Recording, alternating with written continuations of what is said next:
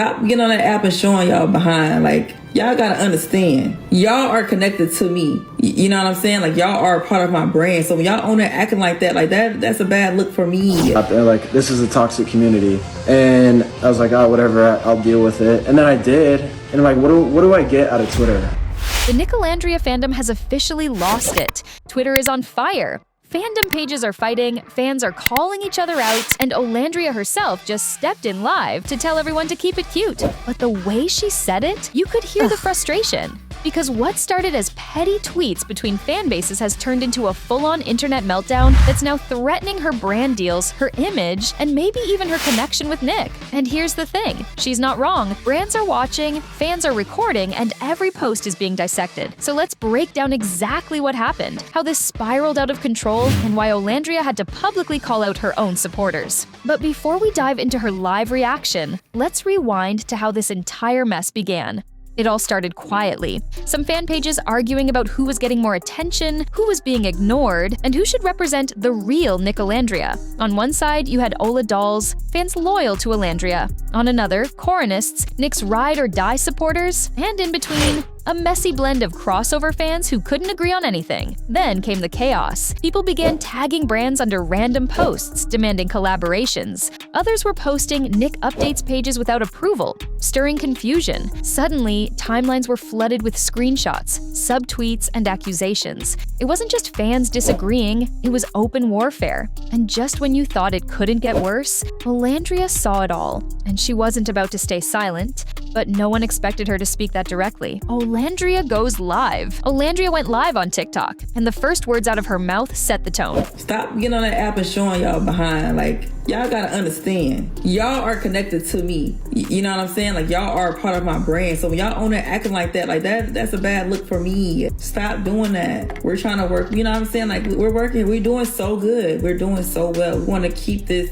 looking clean. Don't get on there acting like that. But acting like what? Don't get in here playing crazy. Y'all gonna keep certain brands we wanted to work with. Like, we don't want it to come off as problematic. Like, we don't want that. Because as soon as people start catching wind, like, oh, she has a problematic fan base, like... Her voice wasn't angry, it was disappointed. Like, she couldn't believe she even had to say this out loud. She talked about professionalism, about how certain brands were already noticing the fan base drama, and about how the internet never forgets. We're doing so good. We're working. We want to keep this looking clean. Don't get on there acting like that. That single quote, "Keep it cute," went viral instantly. Clips of her live spread across TikTok with people praising her for setting boundaries, while others felt she was being too controlling.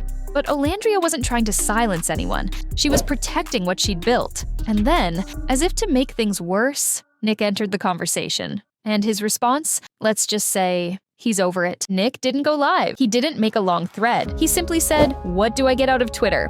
Besides just BS, and that was it. No follow-ups, no clarifications. He logged off, and fans realized the drama had gone too far. For weeks, supporters had begged him to come back online, but after seeing the chaos, Nick decided he was done. He even admitted that before downloading the app, people had warned him about how toxic the community could be. Will you go back to Twitter? I'm like, no, I'm not going back to Twitter. First of all, I was told before I even downloaded the app, they're like, this is a toxic community. And I was like, oh, whatever, I'll deal with it. And then I did. And I'm like, what do I get out of Twitter? Like, what does Twitter offer me besides, just BS? And now he understood why. It's interesting, though. While Olandria was trying to fix things, Nick was quietly walking away from it all. Two totally different reactions. One trying to rebuild, one just escaping the noise. But the noise didn't stop. If anything, it got louder. This is where everything exploded. The drama didn't come from outsiders anymore. It came from within. The Nicolandria fanbase turned on itself, and the meltdown was public. What used to be one big community became a battlefield overnight. On one side, the Ola dolls defended Olandria like she was untouchable. On the other, Coronists claimed Nick carried the entire brand. And right in the middle were the neutral fans, just trying to enjoy content without picking sides. But neutrality didn't last long. Every tweet was a test of loyalty. Every like became a statement. Even silence got interpreted as betrayal. Then came the call-out threads. Fans began digging through screenshots, exposing each other's old comments, and posting private messages. It went from playful banter to genuine cruelty in a matter of hours. Someone got accused of lying about donations. Another fan leaked DMs just to prove a point. And then came the moment that changed the tone completely. One fan mocked another's dead parent. The internet froze. People stopped laughing. Even outsiders were disgusted. That was when the energy shifted. What once felt like fandom pride now looked like chaos. Tweets saying, "Why are they fighting like this?" filled every timeline. And there she was, Olandria, watching it all unfold. Her face, her name, her brand, plastered across threads full of hate. She didn't start this war, but it was now tied to her image. The fans kept saying they were protecting her. But protection turned into projection, and projection turned into damage. She stayed silent for as long as she could. But when it began affecting her career, she couldn't anymore. And that's when everything changed. Because this fan drama started hitting her business. Yeah, reform, everybody. Keep it clean, keep it cute. I keep it cute. Y'all are a reflection of me. Y'all gotta keep it cute too. You see what I'm saying? Like I'm trying to be, you know what I'm saying? Like I'm just a lot of support, but like just try to like keep the discourse down. Like as you can see, everyone we work with be in those communities. Like as far as like the brands and stuff, that's why they're able to connect with y'all so much because they pick up on a lot of their lingo and a lot of those things. So like future people that want to work with me, like if they seeing all that, like ain't nobody gonna want that. Nobody want to be tied to nothing like that. So y'all really gotta keep it cute. The internet doesn't just gossip, it records. And when your fans go off online, brands start paying attention. That's exactly what happened here. Big companies like Coach and others began noticing the chaos. It started with small fan comments under brand posts. People tagging, "Work with Nicolandria," or "You need Olandria in your campaign." At first, it seemed sweet until it wasn't. Because the comments didn't stop. Fans started spamming the same posts hundreds of times. Some even called out brands for ignoring them, tagging competitors to create pressure. What they saw as passion, the brands saw as risk. And that's where it gets tricky. When a fandom becomes too loud, companies get nervous. They don't want their name in a Twitter argument. They don't want their campaign attached to online drama. Olandria saw that coming before anyone else did. She's been in this industry long enough to know how fast a reputation can shift.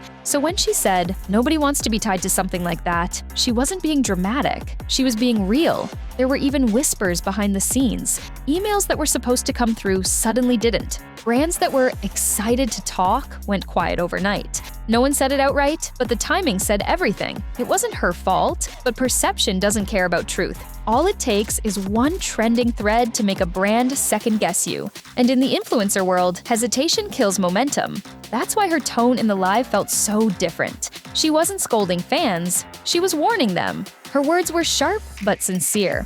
She knows how fragile public image can be. One bad week can erase months of progress. One loud fan war can make sponsors disappear. So when she told her followers to calm down, it wasn't about control. It was about survival. The internet never forgets. Every tag, every fight, every screenshot stays out there forever. And once a fanbase gets labeled toxic, the creator suffers more than anyone else. But even after all that, things didn't stop.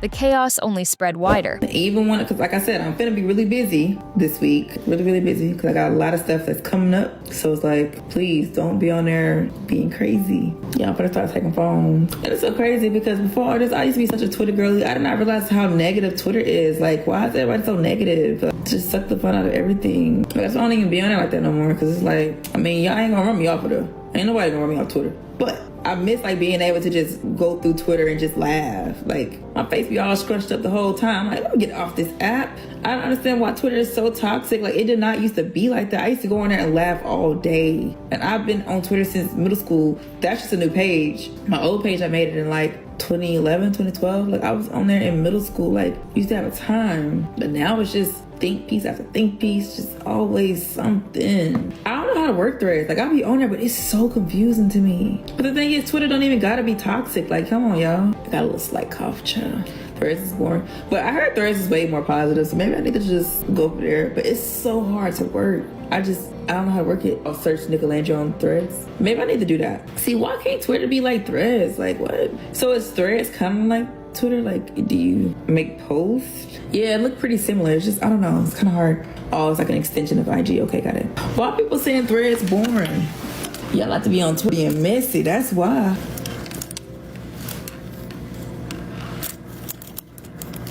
Oh, so like the older crowd be on Threads. Maybe that's why I need to be. I'm part of the older crowd.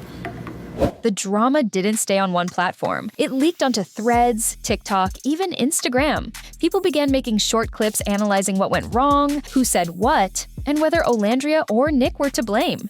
During one of her lives, Olandria admitted she barely even liked being on Twitter anymore. "It used to be fun," she said. "I'd go on there to laugh. Now my face just stays scrunched up." She compared it to Threads, calling it boring but more positive. She laughed, saying maybe she belonged with the older crowd over there, because at least it was peaceful. That moment went viral because it was so relatable. You could tell she missed the old days, when being online wasn't a job or a battlefield. But even after saying all that, she still had one more thing to make clear. As her life continued, the tone shifted. She wasn't ranting anymore, she was teaching. She reminded her fans that every tweet, every comment, every fight reflects on her image. "We're working. Keep it clean. Keep it cute." Those words weren't about control, they were about respect. She wants fans who uplift her, not ones who tear others down in her name. She even mentioned that future people who want to work with me see all that. And that line stuck, because that's the truth. In the influencer world, perception is everything.